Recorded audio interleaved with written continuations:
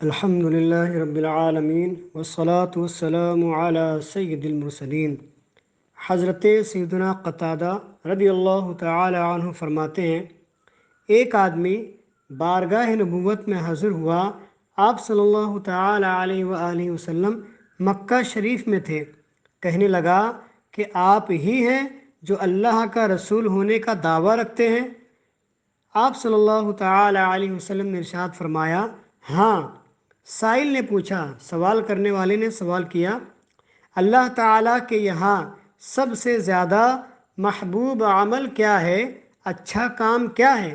ارشاد فرمایا، اللہ تعالیٰ پر ایمان لانا۔ پوچھا، پھر کون سا؟ آقا کریم نے ارشاد فرمایا، صلہ رحمی کرنا، یعنی رشتہ داروں کے ساتھ حسن سلوک کرنا۔ عرض کیا، پھر کون سا؟ ارشاد فرمایا، بھلائی کی تلقین کرنا اور برائی سے روکنا۔ پھر پوچھا کہ اللہ تعالیٰ کے یہاں سب سے ناپسند عمل کون سا ہے؟ برا کام کون سا ہے؟ ارشاد فرمایا، شرک کرنا۔ سائل نے عرض کیا، پھر کون سا؟ آپ صلی اللہ تعالی علیہ وسلم نے فرمایا، قطع رحمی کرنا، یعنی رشتہ داروں سے تعلقات توڑ ڈالنا۔ سائل نے پوچھا، اس کے بعد کون سا عمل، کون سا کام برا ہے؟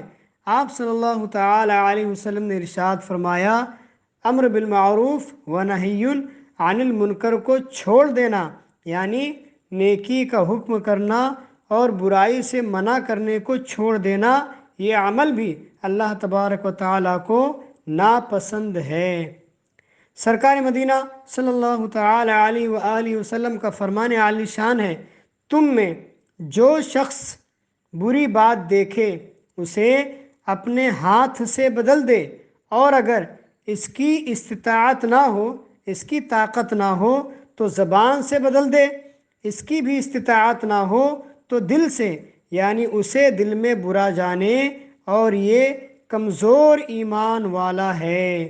پیارے بھائیوں، محدثین کرام اس حدیث مبارکہ کی شرح اس طرح بیان فرماتے ہیں کہ عمرا اور حکام قوت کے ساتھ برائیوں کو روکیں، علماء کرام زبان سے نیکیوں کا پرچار کریں اور برائیوں سے باز رہنے کی لوگوں کو تلقین کریں، اور عوام الناس یعنی پبلک کم از کم دل میں برائی کو برا ضرور جانیں۔ اس کے معنی ہرگز یہ بھی نہیں کہ زبان سے نیکی کا حکم کرنا صرف علماء ہی کا منصب ہے، دوسرا کوئی اب کسی کو صلاۃ و سنت کی ترغیب دے ہی نہیں سکتا، بلکہ یہ بات ذہن نشین رکھیں، جب کوئی گناہ کر رہا ہو اور ہمیں یہ ظن غالب ہو کہ اگر منع کریں گے تو گناہ کرنے والا گناہ سے باز آ جائے گا، رک جائے گا، تو ہم پر یہ واجب اور ضروری ہے کہ ہم اس کو سمجھائیں۔ مثال کے طور پر کسی مسلمان بھائی نے سونے یا کسی اور دھات کی زنجیر گلے میں پہن رکھی ہے اور ہمیں معلوم بھی ہے کہ یہ ناجائز کام ہے۔ اب اگر ہمارا خیال غالب ہے کہ ہم اسے منع کریں گے تو ہماری بات مان لے گا، تو ہم پر واجب ہے کہ ہم اس زنجیر پہننے والے مسلمان بھائی کو احسن طریقے پر، اچھے طریقے پر اس گناہ سے باز رہنے کی تلقین کریں۔ اگر ہم نہیں سمجھائیں گے تو واجب کا ترک ہوگا، اور واجب کا ترک کرنا، چھوڑنا گناہ ہے۔ چنانچہ بحر شریعت میں فتاوی عالمگیری کے حوالے سے لکھا ہے کہ امر بالمعروف کی، نیکی کا حکم کرنے کی کئی صورتیں ہیں۔ اگر غالب گمان یہ ہے کہ ہم اس سے کہیں گے تو وہ شخص بات مان جائے گا اور بری بات سے باز آ جائے گا، رک جائے گا، تو نیکی کا حکم کرنا واجب ہے۔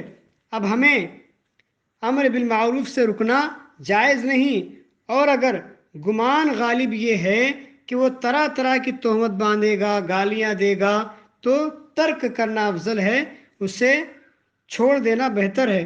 اور اگر معلوم ہو کہ ہمیں مارے گا اور ہم صبر نہ کر سکیں گے، یا اس کی وجہ سے فتنہ و فساد پیدا ہوگا، آپس میں لڑائی ٹھن جائے گی، جب بھی چھوڑنا افضل ہے۔ اور اگر معلوم ہو کہ مجھے مارے گا تو صبر کر لوں گا، تو جو ایسے شخص کو برے کام سے منع کرے تو یہ شخص منع کرنے والا مجاہد ہے۔ اور اگر معلوم ہے کہ وہ مانے گا نہیں مگر نہ ہی مارے گا نہ گالیاں دے گا تو اسے اختیار ہے، اور افضل یہ ہے کہ امر بالمعروف کرے، یعنی نیکی کا حکم ضرور دے۔ وصلی اللہ تعالی علی خیر خلقہ محمد وعلی آلہ واصحابہ اجمعین۔